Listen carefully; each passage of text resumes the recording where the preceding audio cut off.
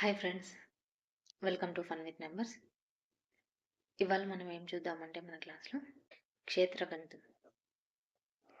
Okay, క్షేత్రగణితం అంటే ఏంటి? Already చాలామందికి తెలిసే ఉంటుంది. కొంచెం ఇంట్రడక్షన్ ఇచ్చుకొని కొన్ని ప్రాబ్లమ్స్ సాల్వ్ చేద్దాం.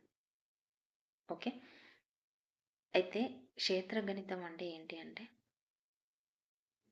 ఏదైనా ఒక తలాన్ని మనం తీసుకుంటే అది స్క్వేర్ కావచ్చు, లేదా ఇలా రౌండ్గా సర్కిల్గా కావచ్చు, లేదా రెక్టాంగిల్ కావచ్చు. ఇలా ఇలా ఉంటుంది కదా. మనం ఇప్పుడు నేల కానీ, మన పొలం కానీ, మన ఇల్లులు కానీ అన్నీ ఏదో ఒక ఈ రూపంలోనే ఉంటాయి కదా. అంటే వీటి యొక్క ఇప్పుడు మనం ఇదొక పొలం ఉంది అనుకోండి. అంటే ఈ పొలం ఇక్కడ నుండి ఇక్కడికి, ఆ పొలం ఎంత చుట్టుకొలత ఉంది అని అంటే ఇక్కడే కనుక్కుంటాం. లేదు ఒక బావి ఉంది, దాని చుట్టుకొలత ఎంత, ఇక్కడ కనుక్కుంటాం. ఓకే, ఒక అపార్ట్మెంట్ ఉంది, అది రెక్టాంగులర్ షేప్లో ఉంది, ఇలా దాని చుట్టూ ఎంత ఉంది అంటే దాని చుట్టుకొలత. అంటే చుట్టుకొలతలు ఇంకా వైశాల్యాలకు సంబంధించి ఉంటుందన్నమాట ఇందులో. ఈ మెన్సురేషన్ ఇంకా ఇందులో ఏముంటుంది అంటే ఎక్కువగా చుట్టుకొలత వైశాల్యాలు ఉంటుంది. అయితే కేవలం చుట్టుకొలతలు వైశాల్యాలు అంటే ఏంటంటే మనకు తెలుసు. రెక్టాంగులర్ చుట్టుకొలత అంటే ఏంటి, 2 × L + B అని. దాని ఏరియా అంటే వైశాల్యం ఎంత, L × B అని, పొడవు ఇంటూ వెడల్పు అని. అలాగే స్క్వేర్కి మనకి తెలుసు, చాలా ఈజీగా ఉంటుంది స్క్వేర్కి. ఇంకా సమబాహు త్రిభుజాలు తెలుసు కదా. ఆల్ సైడ్స్ ఈక్వల్గా ఉంటే అది సమబాహు త్రిభుజం. 2 సైడ్స్ మాత్రమే ఈక్వల్గా ఉంటే అది సమద్విబాహు త్రిభుజం. ఒక్క సైడ్ కూడా ఈక్వల్గా ఉండకపోతే అది విషమబాహు త్రిభుజం. వీటి చుట్టుకొలతలు కూడా ఇలా త్రిభుజాల చుట్టుకొలతలు, చతురస్రాల చుట్టుకొలతలు, అలా స్క్వేర్ అనే కాదు ఏదైనా అన్నిటి యొక్క చుట్టుకొలతలు వైశాల్యాలకు సంబంధించి ఈ చాప్టర్లో మనం డిస్కస్ చేయడం జరుగుతుంది. అయితే ఏముందండి, చుట్టుకొలత వైశాల్యాలే కదా. ఈ చాప్టర్ చాలా ఈజీ. వీటన్నిటికీ ప్రతిదానికి ఒక్కొక్క ఫార్ములా ఉంటుంది. ఇప్పుడు దీనికి ఉన్నట్టుగానే ఇవన్నీ గుర్తుంచుకుంటే సరిపోతుంది ఫార్ములా. అవంతా చెప్పుకోవాల్సినంత ఇంపార్టెంట్ ఏముంటుంది అందులో. జస్ట్ ఫార్ములాలన్నీ ఒక చోట గూగుల్ చేస్తే వచ్చేస్తుంది. ఆ ఫార్ములాస్ అన్నీ నోట్ చేసి పెట్టేసుకుంటే సరిపోతుంది. ఇంకా మనకేం అవసరం లేదు అని అనుకుంటే పొరపాటు.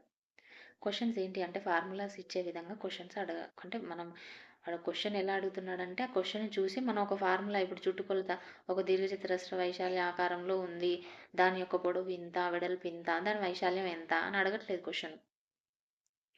ఎగ్జామ్ పాయింట్ ఆఫ్ వ్యూలో ఏం అడుగుతున్నారంటే, that competitive exam point of వ్యూలో క్వశ్చన్ ఎలా అడుగుతున్నారంటే రిలేషన్ అడుగుతున్నారు.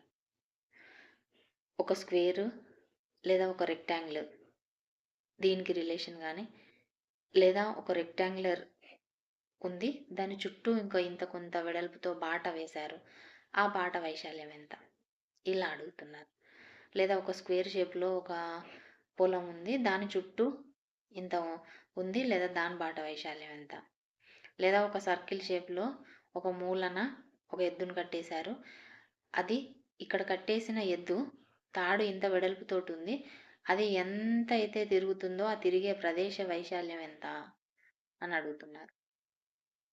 క్వశ్చన్స్ ఇలా అడుగుతున్నారనమాట. అంటే క్వశ్చన్ను వాళ్ళు ఇచ్చిన క్వశ్చన్ ఒక 2-3 లైన్లు ఉంటే ఆ క్వశ్చన్ చదవడానికే మనకు టైం పట్టే విధంగా క్వశ్చన్ ఇస్తున్నారనమాట. సో అదంతా రావాలంటే బేసిక్స్ మీద ఖచ్చితంగా అవగాహన అనేది ఉండి తీరాలి.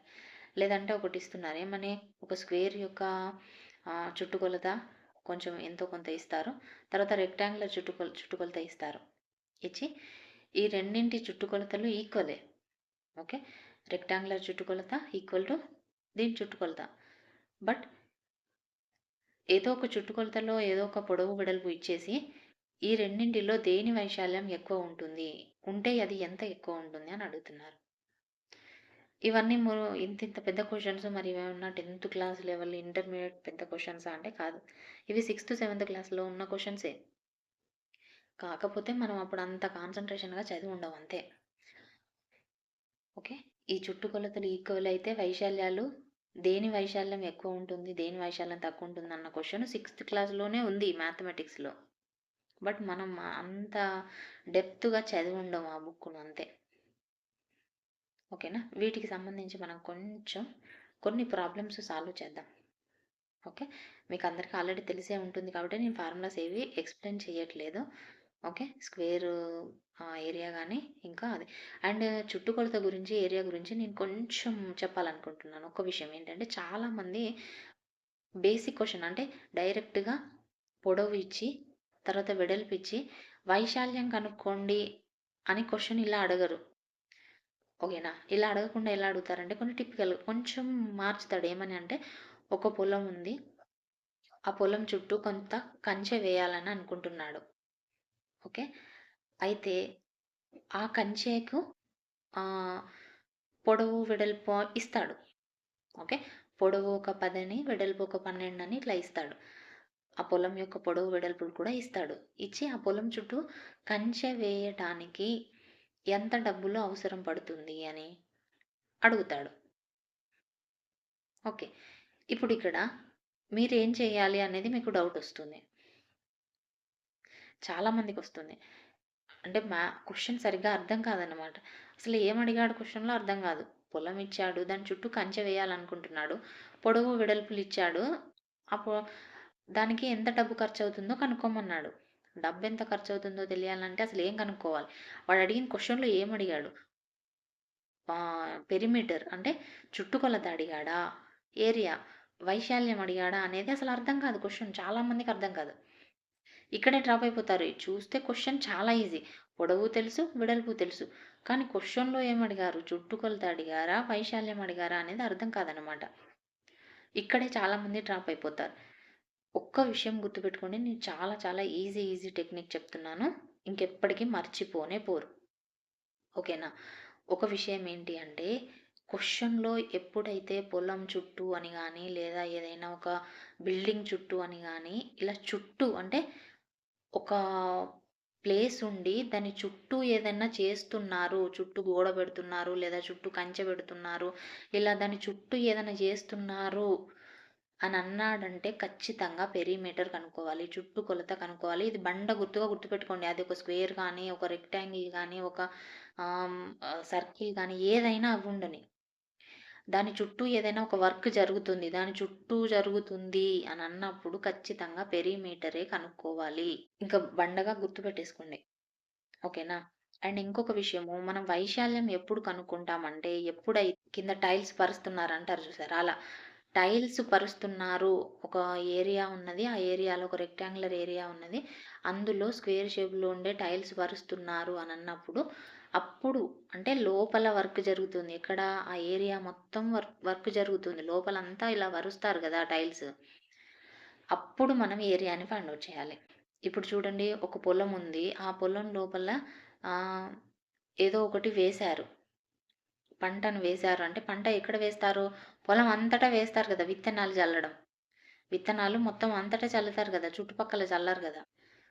అలా అన్నమాట. అదే పొలానికి కంచె వేయడం అంటే మాత్రం చుట్టూ మాత్రమే వేసి వదిలిపెడతారు. లోపల అవసరం లేదు గదా! అర్థమైందా? క్వెషన్ ఎలా అర్థం చేసుకోవాలనేది చాలా చాలా ఇంపార్టెంట్. ఓకేనా? క్వెషన్ అప్పుడప్పుడు ఇలాగే కన్‌ఫ్యూజ్ చేస్తాడు. అన్నీ అందులోనే ఉన్నట్టు అనిపిస్తది. తీరా చూస్తే అసలు ఏం కనుక్కోవాలో అర్థం కాదనమాట. ఇక్కడ ఎక్కువ మంది కన్‌ఫ్యూజ్ అవుతారు. సో, ఇక్కడ మీకు క్లారిటీ ఇచ్చానని అనుకుంటున్నా. చుట్టుకొలతకు, వైశాల్యానికి ఈజీగా అయితే మీకు అర్థమైపోయింది గదా! అర్థమైందా? అంటే దాని చుట్టూ వర్క్ జరిగితే చుట్టుకొలత, దాని లోపల వర్క్ జరిగితే అది వైశాల్యము, వైశాల్యం. ఓకే. ఇది బాగా గుర్తుపెట్టేసుకోండి. చాలా చాలా ఇంపార్టెంట్. ఇక్కడే బాగా కన్‌ఫ్యూజ్ చేస్తాడు ఎగ్జామినర్. ఇక్కడ ఒకసారి చూడండి. ఒక క్వెషన్ చూడండి. ఆహ్, ఏంటి అంటే ఇప్పుడు మనకు ఒక దీర్ఘచతురస్రము, ఇంకా ఒక చతురస్రం ఉన్నాయంట. ఆ రెండింటి యొక్క చుట్టుకొలతలు ఈక్వల్ అని చెప్పాడు. ఓకే. వాటి యొక్క చుట్టుకొలతలంట ఈక్వల్ అంట. అంటే 2 × L+B దీర్ఘచతురస్రం యొక్క చుట్టుకొలత. అలాగే చతురస్రం యొక్క చుట్టుకొలత ఎంత? 4 సైడ్ గదా! దీని యొక్క చుట్టుకొలత 4 సైడ్. దీర్ఘచతురస్రం యొక్క చుట్టుకొలత 2 × L+B. ఈ రెండంట ఈక్వల్. చుట్టుకొలతలు ఈక్వల్ అని ఇచ్చాడు. అలాగే పొడవేమో దీర్ఘచతురస్రం యొక్క పొడవు 25, వెడల్పేమో 35 అని ఇచ్చాడు. ఓకే. ఇవి 2 దీర్ఘచతురస్రాన్ని పొడవు, వెడల్పులు ఇచ్చాడు. అయితే ఈ రెండింటిలో దేని వైశాల్యము ఎక్కువ ఉంటుంది? ఉంటే ఎంత ఎక్కువ ఉంటుంది అని ఇచ్చాడు. అడిగాడు క్వెషన్. ఓకే. ఇప్పుడు చూడండి ఈ రెండింటిలో దీర్ఘచతురస్ర వైశాల్యం ఎక్కువ ఉంటుందా? చతురస్ర వైశాల్యం ఎక్కువ ఉంటుందా తెలియాలంటే ఫస్ట్ ఇవేంటివి పొడవు వెడల్పులు కదా! ఫస్ట్ దేనిదో ఒకదానిది ఏరియా ఫైండ్ ఔట్ చేయాలి. ఏరియా ఫైండ్ ఔట్ చేయాలంటే ఎల్‌బీలు తెలుసు కదా! మనకు ఎల్ ఇంటూ బి ఇదెంత? 25 ఇంటూ 35 ఎంతవుతుంది? 875 అవుతుంది. నేను ఆల్రెడీ ఈ క్లూ చెప్పాను. ఇలా ఎలా మల్టిప్లై చేయాలని మన ఛానెల్‌లో ఆల్రెడీ వీడియో ఉంది. ఒకసారి చూడండి. ఇక్కడ చూడండి దీర్ఘచతురస్ర వైశాల్యం 875 వచ్చింది. కానీ మనకు చతురస్ర వైశాల్యానికి ఫార్ములా ఏ స్క్వేర్ కదా! ఏ స్క్వేర్ అంటే మనకు ఫస్ట్ ఏ తెలియాలి. ఏ తెలియాలంటే ఏంటి? ఫస్ట్ దీని నుండి మనం ఏ కనుక్కోవాలి. Okay. 2 into L plus B అంటే 25 ప్లస్ 35 అంటే 60 ఈక్వల్ టు 4a కదా! ఇప్పుడు చూడండి 2 2 జా 2 30 అంటే ఏ ఈజ్ ఈక్వల్ టు 30 వచ్చింది. ఇప్పుడు ఏ స్క్వేర్ ఏమవుతుందండి? 900 అవుతుంది. అంటే చతురస్ర వైశాల్యం ఏమో 900 వచ్చింది. ఇది చతురస్రం. దీర్ఘచతురస్ర వైశాల్యం ఏమొచ్చింది? 875 వచ్చింది. దేని వైశాల్యం ఎక్కువ ఉంది? చతురస్ర వైశాల్యం ఎక్కువ ఉంది దీర్ఘచతురస్రానికంటే. ఎంత ఎక్కువ ఉంది? 25 ఎక్కువ ఉంది. అర్థమైందా? అంటే ఇప్పుడు ఎగ్జామినర్ క్వెషన్ ఎలా ఇస్తాడంటే ఇలా ఒక నంబర్ ఇచ్చి ఇలా కనుక్కొని చెప్పండి అని అడగడు. ఇలా కనుక్కోమని చెప్పంటే మనం చెప్తాం కదా ఎగ్జామ్‌లోనే. అలా అడగడు. ఏమడుగుతాడంటే ఒక దీర్ఘచతురస్రం, ఒక చతురస్రం యొక్క చుట్టుకొలతలు సమానమైతే దేని వైశాల్యం ఎక్కువ ఉంటుంది అని అడుగుతాడు అంతే సింపుల్‌గా. ఆప్షన్స్ ఇస్తాడు కింద. దీర్ఘచతురస్రమా? చతురస్రమా? దీర్ఘచతురస్రము, చతురస్రం సమానంగా ఉంటాయి వైశాల్యాలు. ఏది కాదు. ఇలాంటి ఆప్షన్స్ ఇస్తాడు. ఏంటంటే మనకి ఒక పొడవు వెడల్పులు ఇచ్చి దాని యొక్క చుట్టుకొలతలు సమానమని ఇలా ఇచ్చి ఒక ఎగ్జాంపుల్ ఇచ్చి ఇలా మనల్ని సాల్వ్ చేయమని అడగడు ఎగ్జామ్‌లో. ఎందుకంటే ఇది ఎవరైనా చేస్తారు కదా! మనం ఏం చేయాలంటే దీని నుండి మనం అబ్జర్వ్ చేయాల్సింది ఏంటి అంటే ఒక దీర్ఘచతురస్రము, ఒక చతురస్రము చుట్టుకొలతలు సమానమైతే వైశాల్యం చతురస్రాందే ఎక్కువగా ఉంటుంది అనేది మనము కన్క్లూజన్ ఇదన్నమాట. అంటే చతురస్ర వైశాల్యం ఎక్కువగా ఉంటుంది అనేది మన కన్క్లూజన్. అయితే మన కన్క్లూజన్ కేవలం ఒక దీర్ఘచతురస్రానికి, ఒక చతురస్రానికే వర్తిస్తుందా అంటే కాదు. నువ్వు ఏ చతుర్భుజమైనా తీసుకో. ఏ చతుర్భుజానికి చుట్టుకొలతలు ఈక్వల్ అంటే ఒక ఏ చతుర్భుజమైనా దాని చతుర్భుజం అంటే దాని యొక్క చుట్టుకొలతలు గనక ఈక్వల్ అయినప్పుడు అంటే నువ్వు ఏ చతుర్భుజమైనా తీసుకో. ఇక్కడ దీర్ఘచతురస్రం తీసుకున్నావు కదా! అది కాకుండా ఇంకేదైనా తీసుకో. సమచతుర్భుజం గాని. అలా దాని చుట్టుకొలత ఇంకా చతురస్రం చుట్టుకొలత తీసుకున్నా కూడా చతురస్ర వైశాల్యమే ఎక్కువగా ఉంటుంది. అంటే నువ్వు ఏ చతుర్భుజం తీసుకున్నా చతురస్ర వైశాల్యమే ఎక్కువగా ఉంటుంది దాని వైశాల్యం కంటే. అదర్ క్వాడ్రిలేటరల్ యొక్క ఏరియా కంటే చతురస్రం యొక్క ఏరియా, స్క్వేర్ యొక్క ఏరియానే ఎక్కువగా ఉంటుందనేది ఇంకా ఫైనల్. ఇది మనం గుర్తుంచుకోవాలి. అంటే వాడక్కడ దీర్ఘచతురస్రం, చతురస్రం అని కాకుండా ఇంకా ఏది ఇచ్చినా అంటే ఈ చతురస్రంతో పాటు ఇంకా ఏది ఇచ్చినా కూడా మనం వైశాల్యం చతురస్రం అనే ఆప్షన్ పెట్టాలి. అయితే ఇప్పుడు ఇక్కడ ఇంకొకటి అబ్జర్వ్ చేయండి. ఇప్పుడు ఇందాక 2 ఇంటూ ఎల్ ప్లస్ బి ఉంది కదా! ఇక్కడ మనకి ఎంతొచ్చింది?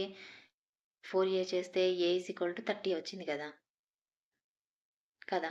చుట్టుకొలతలు ఇచ్చి దాని వైశాల్యం ఏది అనంటే స్క్వేర్ యొక్క వైశాల్యం ఎక్కువగా ఉంటుందని చెప్పాం కదా!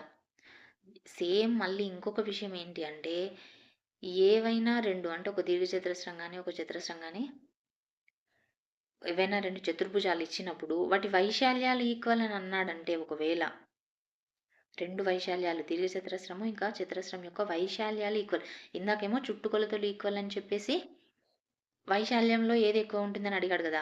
ఇంకోసారి ఏం అడుగుతాడంటే వైశాల్యాలు ఈక్వల్ ఇస్తాడు. చుట్టుకొలత ఏది ఎక్కువగా ఉంటుంది అని అడుగుతాడు. అలా ఇచ్చినప్పుడు అన్నిటికంటే తక్కువగా ఉండేది చతురస్రానికే. పెరిమీటర్ అనేది చతురస్రంకి తక్కువగా ఉంటుంది. దీర్ఘచతురస్రానికి రెక్టాంగులర్ యొక్క పెరిమీటర్ అనేది ఎప్పుడు కూడా ఎక్కువ ఉంటుంది స్క్వేర్ కంటే. ఒక స్క్వేర్ కనే కాదు. మీరు ఏదైనా తీసుకోండి.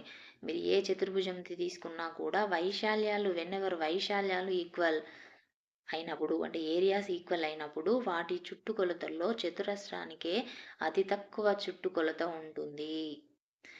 బట్ చుట్టుకొలతలు ఈక్వల్ అయినప్పుడు ఏరియాస్ ఫైండ్ ఔట్ చేస్తే మాత్రము స్క్వేర్‌కే అతి ఎక్కువ ఏరియా అనేది ఉంటుంది. ఇది మీరు గుర్తుపెట్టుకోవాలి. ఓకేనా? అంటే మనం ఒకటి చదివాము అనంటే బండగా అక్కడ ఉన్నది ఉన్నట్టు చదువుకుంటూ పోవడం కాదు. మనం దాన్ని కంక్లూడ్ చేసుకోవాలి. మనం నోట్ చేసుకోవాలి. ఒక నోట్స్ అనేది మనం ప్రిపేర్ చేసుకోవాలి. బుక్కు అందరూ చదువుతారు. కానీ దాన్ని చదివి, దాన్ని అర్థం చేసుకొని, దాన్ని అప్లై చేసే విధానం అనేది కొందరికే ఉంటుంది. వాళ్ళే ఆ జాబ్ రావడంలో ఫస్ట్ ప్లేస్‌లో ఉంటారనమాట. వీడియో కనుక నచ్చితే ఒక లైక్ ఇవ్వండి. అలాగే మీ ఫ్రెండ్స్‌కి షేర్ చేయండి. మన ఛానల్ ఫస్ట్ టైం ఎవరైనా చూస్తున్నట్టయితే సబ్స్క్రైబ్ చేసుకోండి. ఓకేనా? నెక్స్ట్ క్లాస్‌లో ఇంకా మంచి విషయాలు తెలుసుకుందాం. బాయ్. Thank you.